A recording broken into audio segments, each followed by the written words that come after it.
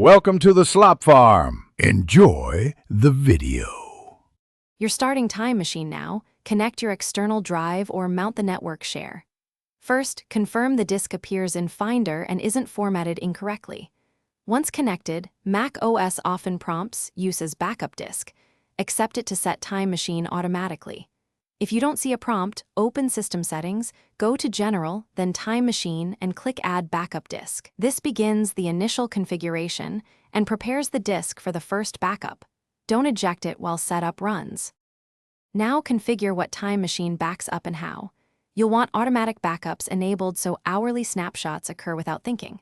Click Options to exclude big folders, like virtual machines, bulky media, or temp files, to save space and time. If you need finer control, use Finder to inspect large directories before excluding them. Also, make sure your Mac stays awake during the initial backup. It can take hours if you have hundreds of gigabytes.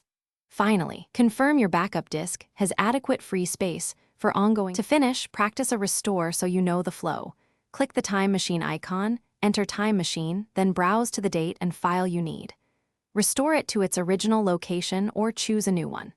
Make sure backups finish before ejecting the drive. Always eject in Finder. If Time Machine reports errors, run First Aid in Disk Utility on the backup disk, then reselect the disk in Time Machine settings if needed. If problems persist, delete the old sparse bundle or reformat and start a fresh backup. Thanks for watching.